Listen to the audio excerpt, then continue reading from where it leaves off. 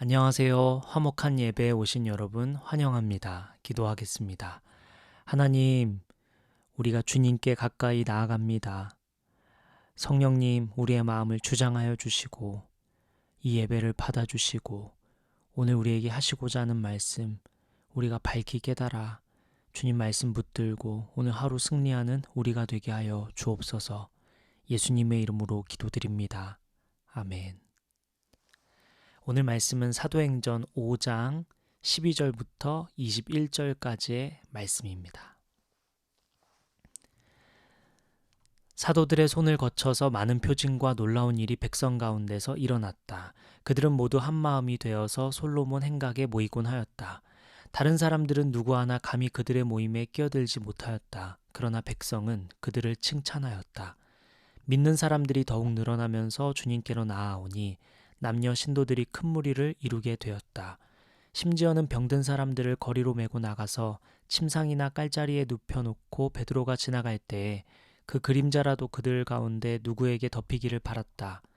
또 예루살렘 근방의 여러 동네에 사는 많은 사람들이 병든 사람들과 악한 귀신에게 시달리는 사람들을 데리고 모여들었는데 그들은 모두 고침을 받았다. 대제사장과 그의 지지자들인 사두개파 사람들이 모두 시기심이 가득 차서 들고 일어나 사도들을 잡아다가 옥에 가두었다. 그런데 밤에 주님의 천사가 감옥문을 열고 그들을 데리고 나와서 말하기를 가서 성전에 서서 이 생명의 말씀을 남김없이 백성에게 전하여라 하였다. 이 말을 듣고 그들은 새벽에 성전에 들어가서 가르치고 있었다. 그때 대제사장이 그와 함께하는 사람들과 더불어 와서 공의회와 이스라엘의 원로회를 소집하고 감옥으로 사람을 보내어 사도들을 데려오게 하였다. 오늘 본문에 보니까 성령께서 사도들의 손을 통해 수많은 기적을 일으키십니다. 어떤 이들은 병고침을 받기도 하고 어떤 이들은 귀신이 떠나가기도 했습니다. 백성들은 이렇게 자신들의 삶에 관심을 갖고 고쳐주고 보살펴주는 사도들을 칭찬하고 좋아했습니다. 또한 동시에 믿는 사람들이 점점 많아져 큰 무리를 이루었다고 오늘 본문은 증언합니다. 오늘 본문 17절부터 18절 보죠. 대제사장과 그의 지지자들인 사두개파 사람들이 모두 시기심이 가득 차서 들고 일어나 사도들을 잡아다가 옥에 가두었다. 사람들이 고침을 받고 또 귀신이 떠나가며 백성들은 기뻐했고 사도들을 칭찬하는 과정에 이러한 상황에 대제사장과 사두개파 사람들은 사도들을 향해 시기심이 가득 차서 들고 일어났다고 합니다. 참 이상한 일이죠. 백성들이 고침을 받으면 기뻐하고 감사한 일 아닙니까? 또 그들을 살펴주는 사도들을 칭찬하고 격려하고 도와줘야 되는 거 아닙니까? 그런데 대제사장과 사두개파 사람들은 사도들을 시기하여 오늘 본문 18절에 보니까 감옥에 가두기까지 합니다. 당시 대제사장과 사두개파 사람들은 고위공직자였습니다. 고위공직이 그들에게 맡겨진 이유가 무엇일까요?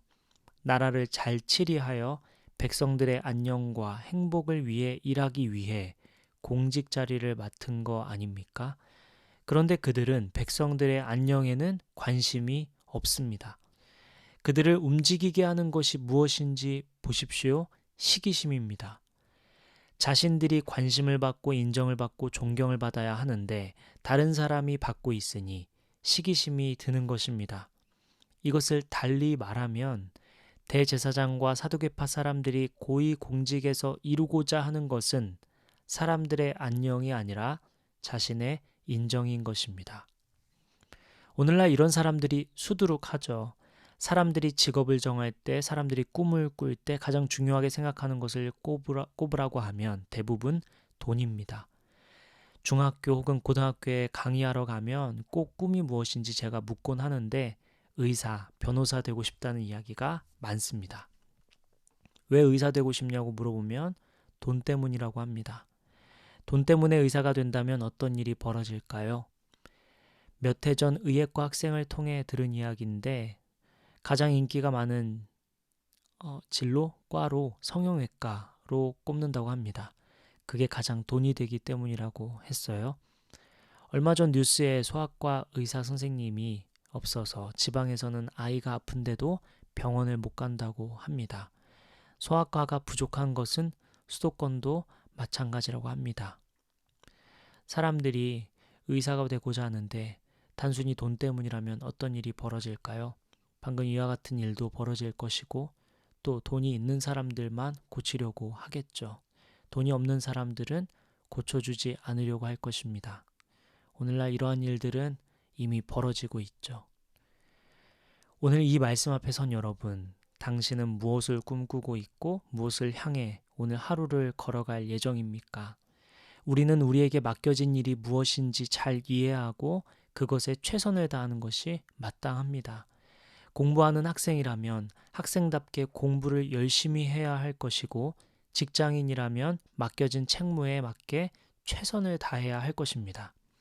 사랑하는 여러분, 하나님께서 여러분이 선 그 자리로 하나님께서 인도해 주셨습니다. 그것은 여러분에게 맡겨진 일을 열심히 하라고 그곳으로 보내주신 것이죠. 공부하는 여러분, 주님께서 기회를 주셨으니 철저하게 연구하고 꼼꼼하게 준비하며 성장할 기회를 삼아 주님 앞에서 오늘 하루 최선을 다하십시오. 일터로 나아가는 여러분, 주께서 여러분이 있는 그 자리로 주님이 보내셨으니 잘 협업하고 동료들을 기꺼이 도우며 무엇보다 주어진 일에 정직하게 최선을 다하십시오. 이것이 주님께 영광 올려드리는 삶입니다. 오늘 본문 말씀을 조금만 더 보죠. 오늘 본문 19절, 21절입니다. 사도행전 5장 19, 21절입니다. 그런데 밤에 주님의 천사가 감옥문을 열고 그들을 데리고 나와서 말하기를 가서 성전에 서서 이 생명의 말씀을 남김없이 백성에게 전하여라 하였다. 이 말을 듣고 그들은 새벽에 성전에 들어가서 가르치고 있었다.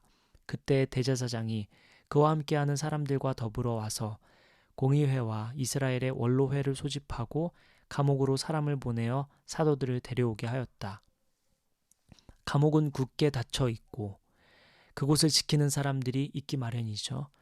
그런데 사도들이 감옥에서 나오는데 아무 제약이 없었습니다. 아무도 막지 못했죠.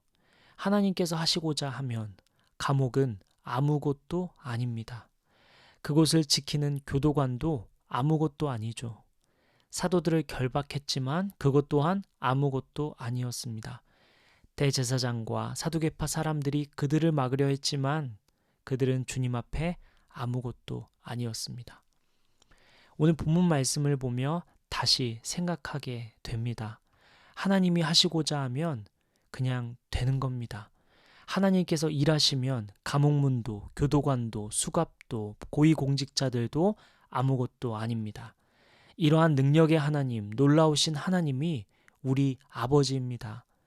우리는 강하고 위대하신 주님, 우리 아버지 편에 서 있습니다. 사랑하는 여러분, 주님 앞에 불가능한 것 없지요. 바다를 가르시는 주님, 죽은 자를 살리시는 주님, 그 능력의 하나님을 바라보며 우리는 오늘 그 주님과 함께 하루를 보냅니다.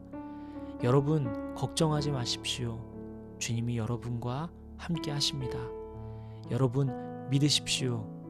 여러분을 쓰시기 위해 제자로 여러분을 부르셨습니다. 오늘 하루를 이렇게 주님께 맡겨드리며 우리의 능력의 하나님 편에 서서 능력의 하나님과 함께 오늘 하루를 보내 승리하는 저와 여러분 되시기를 예수님의 이름으로 축복하며 우리 기도하며 나아갑시다.